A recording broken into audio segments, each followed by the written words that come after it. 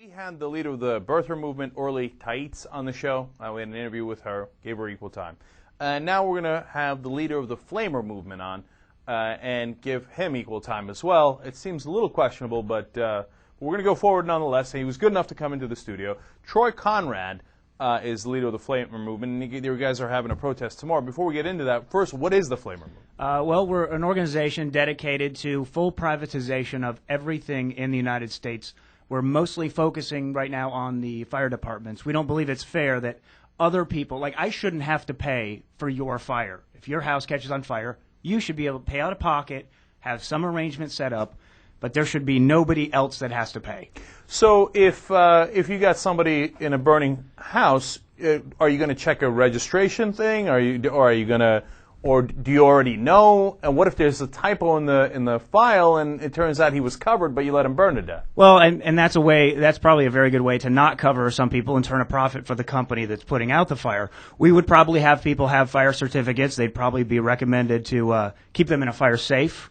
And if it's in the fire safe, how are you going to know if they have the certificate until you get into the house? Well, we got to let people work that out. You know, there's always details, but all we know is that the free market always works as long as it's unregulated. Even if that means a lot of people have to die, it's still worth it because unregulated free market is really the way to go.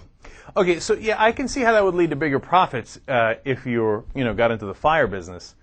But how about all the dead people? That doesn't bother you at all?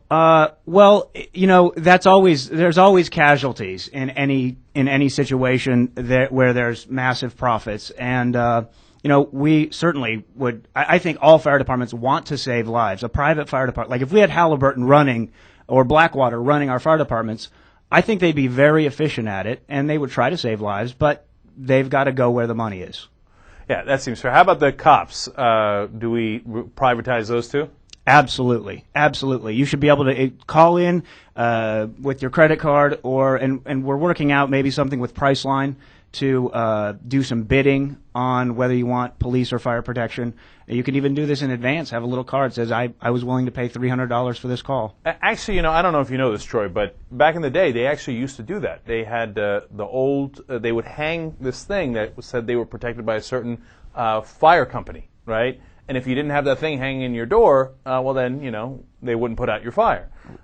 We changed that because that didn't seem to work that well. Because here's another problem, Troy, that I'm not sure that your flamer movement has considered.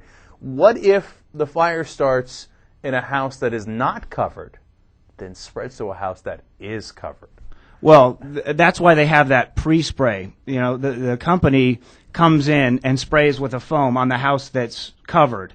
But, the other house, you either let it burn or, maybe the person can borrow the neighbor's hose. But I think that it's important that we let the free market work it out and not have government interference. These government red trucks that show up at your house, they can't even run cash for clunkers. How can we trust them to put out our fires? You're saying you don't want a government bureaucrat / fireman between you and your fire? Absolutely not. There's no way. That's exactly what Karl Marx wanted.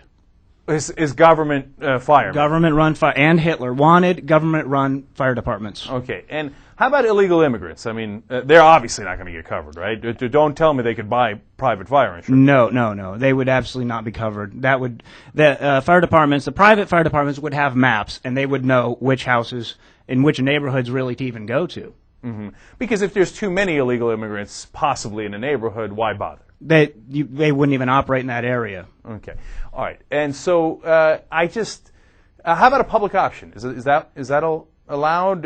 Can people opt into public fire insurance or no? No, because then you have the possibility of the government interfering in that. You've got to have it where it's just the consumer and the private company, a private franchised fire department. Yeah. Look, I know the problem here is that it's life and death.